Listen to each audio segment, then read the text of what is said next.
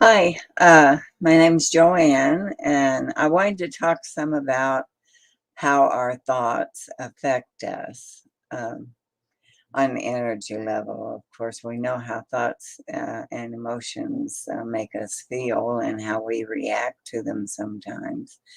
But it's really important to try to focus on being positive. I know you've heard this so many times, and so have I.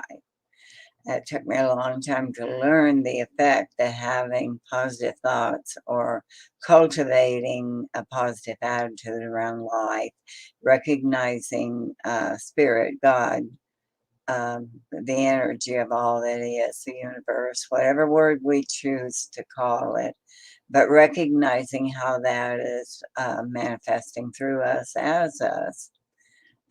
We could think of it purely as energy. The universe is who we are. Um, it places thoughts, information. It gives us access to anything that we need an answer to if we know how to tune in and use it. Thoughts put out energy. They are energy. Thoughts are symbols often for things. Um, Hopefully, they're thoughts that we're creating and not thoughts that just arise. Um, we could think of thoughts as consciousness. There are beliefs and emotions and our feelings. They're all connected and they can affect our outlook, our overall outlook on life and how we view the world around us. They can even affect our health because thoughts cause the release of uh, chemicals that our body produces, um, triggers emotions. So, thoughts are consciousness, and we want to know and understand that we're aware that all that is consciousness, the divine awareness of self.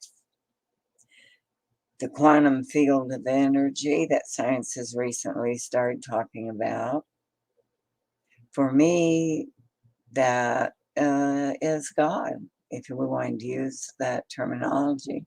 If there's people who have doubts around whether God exists or not, and they can accept that this quantum field of energy that's forever moving, is in everything, um, is could be and is to me God.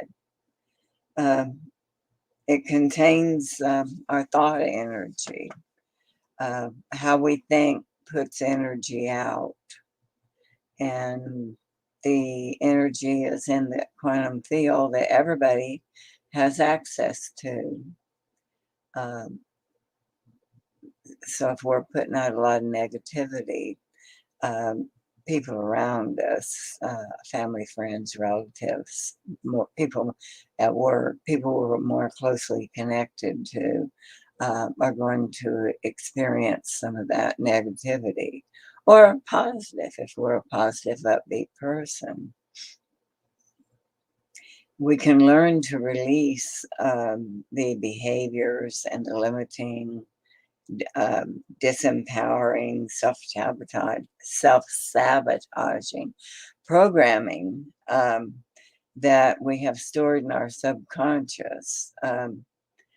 We can release that and work on getting rid of it and replacing it with new thought patterns, positive thought patterns. And that puts out a positive vibe out into the universe, out into the quantum field. Each and every one of us is our own unique vibration. And of course, that vibration is always changing. As we're thinking, it affects how we're vibrating. Uh, Bruce Lipton has some good videos out there explaining how that works. I I would suggest you listen to him or to Greg Braden or Dr. Joe Dispenza. They are all really good, and of course, different words. Everybody's got their own way of expressing things because we hear things differently, we understand things differently, and we use different words, but we're all talking about the same thing in most cases, at any rate. um, there could be some difference.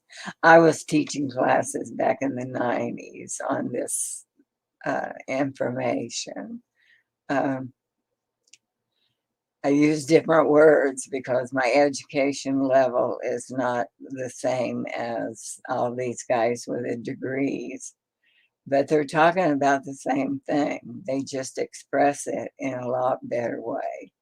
Um, I think they're doing a wonderful job, and can't hurt you to listen to them. It might really help you. It might be just the right terminology to jog your memory, your cellular level of memory. So we create our reality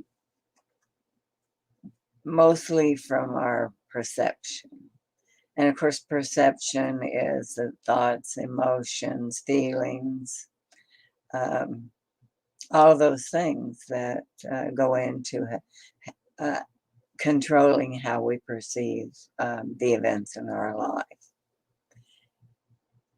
The more aware of ourself as energy or spirit, whichever way you want to use or think there, the more complete we're going to be and feel, and the more aware we are of being multiple vibrations.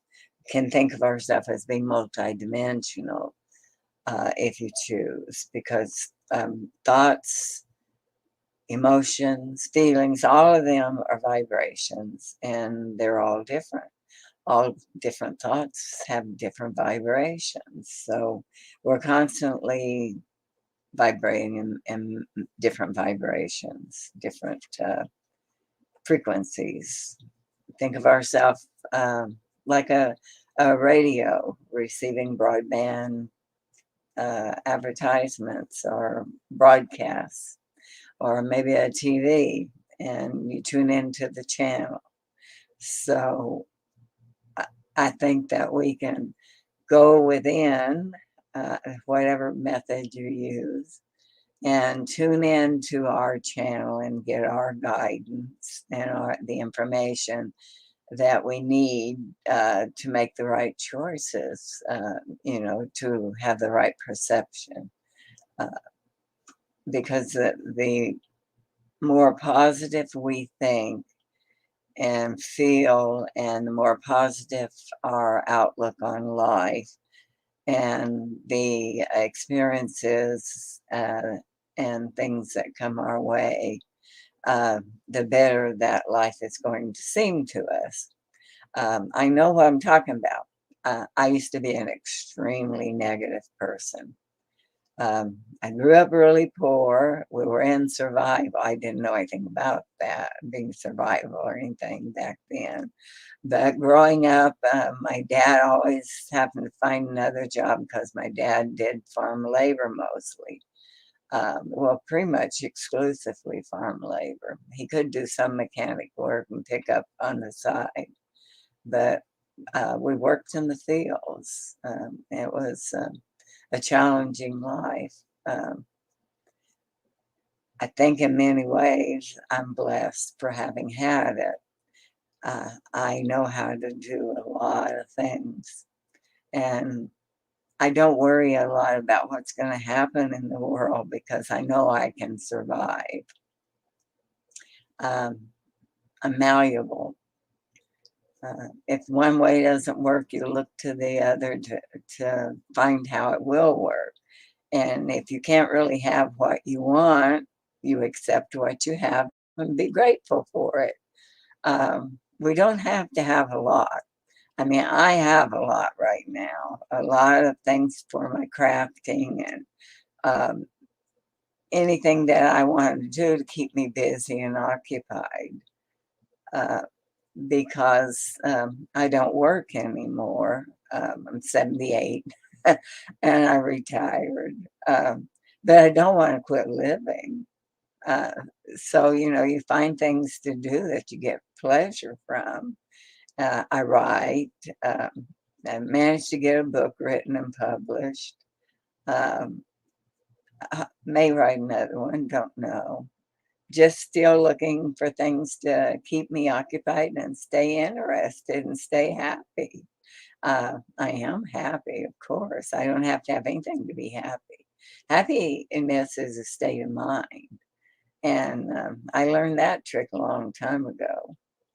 So it's just that the meditation and learning how to be positive and discovering that God's an energy. I used to, when I went to church and listened to the ministers, they all made me think of God as some white haired old man sitting on a throne up in heaven.